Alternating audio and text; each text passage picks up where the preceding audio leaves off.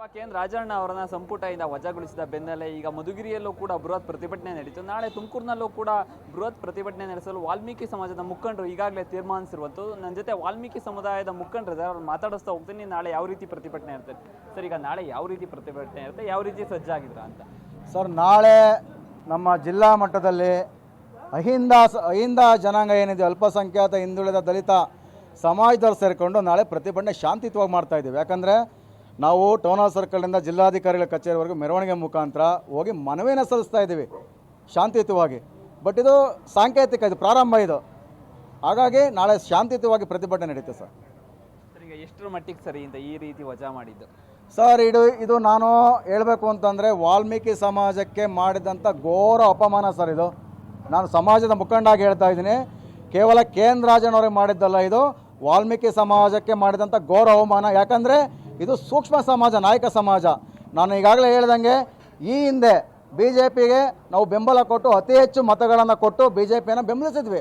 ನಮ್ಗೆ ಅನ್ಯಾಯ ಆದಾಗ ಈ ಸಾರಿ ಕೆ.ಎನ್. ರಾಜಣ್ಣನವ್ರನ್ನ ನಾವು ಮುಂದಿಕ್ಕೊಂಡು ಅಹಿಂದ ನಾಯಕರು, ನಮ್ಮ ಸಮಾಜ ನಾಯಕರು ಅಂತ ಮುಂದಿಕ್ಕೊಂಡು ಈ ಜಿಲ್ಲೆಯಲ್ಲಿ ಅತಿ ಹೆಚ್ಚು 7 ಶಾಸಕರನ್ನು ಗೆಲ್ಲಿಸ್ಕೊಟ್ಟಿದ್ದೀವಿ. ಯಾಕಂದರೆ 2.5 ಲಕ್ಷ ಜನಸಂಖ್ಯೆ ಇದೆ ನಮ್ಮ ಸಮಾಜ ಈ ಜಿಲ್ಲೆಯಲ್ಲಿ. ಎಲ್ಲ ಕ್ಷೇತ್ರದಲ್ಲೂ ನಿರ್ಣಾಯಕ ಪಾತ್ರವನ್ನು ವಹಿಸುತ್ತೆ. ಇಂಥ ಒಬ್ಬ ಸಮಾಜದ ನಾಯಕನ ಈ ರೀತಿ ನಡೆಸ್ಕೊಂಡಿರ್ತಕ್ಕಂಥದ್ದು ಘೋರ ಅಪರಾಧ. ಇದು ನಾವು ಇಡೀ ಸಮಾಜ ಖಂಡಿಸುತ್ತೆ. ಇದು ಈ ಇಡೀ ರಾಜ್ಯಾದ್ಯಂತ ಒಂದು ಪ್ರತಿಭಟನೆ ಪ್ರಾರಂಭ ಆಗುತ್ತೆ ಸರ್.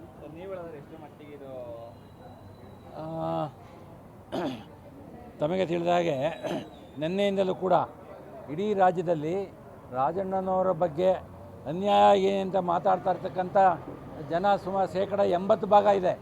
ರಾಜಣ್ಣನವ್ರಿಗೆ ನಮ್ಮ ಸಮಾಜ ಅಷ್ಟೇ ಅಲ್ಲ, ಅಹಿಂದ ಅಷ್ಟೇ ಅಲ್ಲ, ಶೇಕಡ 80% ಜನ ರಾಜಣ್ಣನವರು ಏನು ತಪ್ಪು ಮಾಡಿದ್ದಾರೆ ಈ ಅನ್ನತಕ್ಕಂಥ ಮೊರಗ್ತಾ ಇದ್ದಾರೆ ಹೊರತು ಯಾರು ಕೂಡ ರಾಜಣ್ಣವ್ರು ಮಾಡಿದ ತಪ್ಪು ಅಂತೇಳಿ ಹೈಕಮಾಂಡ್ ಬಿಟ್ಟರೆ ಯಾರು ಕೂಡ ತಪ್ಪು ಅಂತೇಳಿ. ಈವನ್ BJP ಅವರು ಕೂಡ ನಿನ್ನೆ ಸೋಮಣ್ಣವ್ರು ಮಾತಾಡಿದ್ದಾರೆ, ಅಶೋಕ್ ಮಾತಾಡಿದ್ದಾರೆ, ರವಿಯವರು ಮಾತಾಡಿದ್ದಾರೆ, ಹಾಗೂ ನಮ್ಮಲ್ಲೇ ಸುಮಾರು ಜನ ಮಾತಾಡಿದ್ದಾರೆ. ಏನು ಅನ್ಯಾಯ ಆಗಿದೆ ಅನ್ನತಕ್ಕಂಥದ್ದು ಆಗಿದೆ. ಹಾಗಾಗಿ ನಾವು ನ್ಯಾಯವನ್ನು ಕೇಳಲಿಕ್ಕೆ ನಾಳೆ ಸಾಂಕೇತಿಕವಾಗಿ ನಾವು ಏನು ಕಾರ್ಪೊರೇಷನಿಂದ DC ಆಫೀಸ್ವರೆಗೂ ಹೋಗ್ತೇವೆ. DC ಅವರಿಗೆ ಮನವಿಯನ್ನು ತಲುಪಿಸ್ತೇವೆ. ನಿಮ್ಮ ಮೂಲಕ ಸಾಮಾನ್ಯವಾಗಿ ಎಲ್ಲ ಜಿಲ್ಲೆಗೆ, ಎಲ್ಲ ರಾಜ್ಯಕ್ಕೆ ಮೆಸೇಜ್ ಹೋಗುತ್ತೆ. ಜಿಲ್ಲಾಧಿಕಾರಿಗಳಿಂದ ಸರ್ಕಾರಕ್ಕೆ ಮನವಿ ಹೋಗುತ್ತೆ. ಒಬ್ಬ ಸಮುದಾಯದ ಮುಖಂಡರಾಗಿ ನೀವು ಯಾವ ರೀತಿ ನೋಡ್ತೀರಾ? ಈಗ ಸಮುದಾಯ ಮುಖಂಡರಿಗೆ ಈ ರೀತಿ ಅನ್ಯಾಯ ಆಗ್ತಿರೋದು ಇದೇ ಮೊದಲೇನಲ್ಲ, ಮುಂದೂ ಕೂಡ ಆಗಿತ್ತು, ಮುಂಚಿನ ಕೂಡ ಆಗಿತ್ತು. ಯಾವ ರೀತಿ ನೋಡ್ತೀರಾ ಅಂತ? ಇದು ಅವರು ಮೊದಲಿಂದಲೂ ಕೂಡ ಅವರನ್ನು ಅನ್ಯಾಯ ಮಾಡಬೇಕು ಅಂತೇಳಿ, ತುಳಿಬೇಕು ಅಂತೇಳಿ ಪ್ರಯತ್ನ ಮಾಡ್ತಾನೆ ಇದ್ದರು. ಅವರ ಒಳ್ಳೆತನ, ಅವರ ಬುದ್ಧಿವಂತಿಕೆಯಿಂದ ಅವ್ರು ಯಾವುದಕ್ಕೂ ಕೂಡ ಸಿಕ್ಕಿರಲಿಲ್ಲ.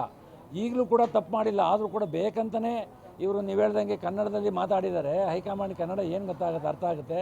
ಹಾಗಾಗಿ ಇವರು ಅದನ್ನು ತರ್ಜಮೆ ಮಾಡಿ ನೋಡಿ ಹೀಗೆ ಹೇಳಿದ್ದಾರೆ, ಹಾಗೆ ಹೇಳಿದ್ದಾರೆ ಅಂತೇಳಿ ಚಾಡಿ ಹೇಳಿ ಅವರ ಷಡ್ಯಂತ್ರ ಮಾಡಿ ಅವರಿಗೆ ತೊಂದರೆ ಮಾಡಿದ್ದಾರೆ. ಈಗ ಅಹಿಂದ ನಾಯಕರೇ ಟಾರ್ಗೆಟ್ ಆಗ್ತಾ ಇದ್ದಾರಾ ಅಂತ ನೋಡಿ. ಯಾಕೆಂದರೆ ರಾಜ್ಯದಲ್ಲಿ ಕಾಂಗ್ರೆಸ್ಗೆ ಅತಿ ಹೆಚ್ಚು ಮತಗಳನ್ನ ಕೊಟ್ಟು 136 ಸೀಟುಗಳನ್ನ ಗೆಲ್ಲಿಸಿದೆ. ಅಂದರೆ ಈ ರಾಜ್ಯದ ಅಹಿಂದ ಮತಗಳು ಇಂಥ ಸಿದ್ದರಾಮಣ್ಣ ಆಗಲಿ, ಸತೀಶ್ ಜಾರಕಿಹೊಳಿ ಸಾಹೇಬರಾಗಲಿ, ಕೆ.ಎನ್. ರಾಜಣ್ಣನವರಾಗಲಿ ಇಂಥವ್ರನ್ನ ನೋಡ್ಕೊಂಡು ಸಹ ಮತ ಕೊಟ್ಟಿರ್ತಕ್ಕಂಥದ್ದು. ಆದರೆ ಇಲ್ಲಿ ನಡೀತಿರ್ತಕ್ಕಂಥ ನೋಡಿದ್ರೆ ನಿಜವಾಗಿ ಸಹ ಈ ಥರ ಡೈನಾಮಿಕ್ ಆಗಿರ್ತಕ್ಕಂಥ ಹೈಂದವ ಪರವಾಗಿ ಧ್ವನಿ ಎತ್ತಿರ್ತಕ್ಕಂಥದ್ದನ್ನ ಖಂಡಿತವಾಗಿ ಟಾರ್ಗೆಟ್ ಮಾಡ್ತಾ ಇದ್ದಾರೆ. ಅದ್ರಾಗೇನು ಟಾರ್ಗೆಟ್ ಮಾಡ್ತಾ ಇಲ್ಲ ಅಂತಲ್ಲ, ಷಡ್ಯಂತ್ರಗಳಿದೆ. ಆದರೆ ಇದನ್ನು ತಪ್ಪು ಏನು ಮಾಡಿದೆ ಈ ಕೂಡಲೇ AICC ತಿದ್ಕೊಂಡು ಕೆ.ಎನ್. ರಾಜಣ್ಣನವರ ರಾಜೀನಾಮೆನ ವಾಪಸ್ ತಗೊಳ್ಬೇಕು ಅಂತೇಳಿ ಆಗ್ರಹಿಸ್ತಾ ಇದೆ.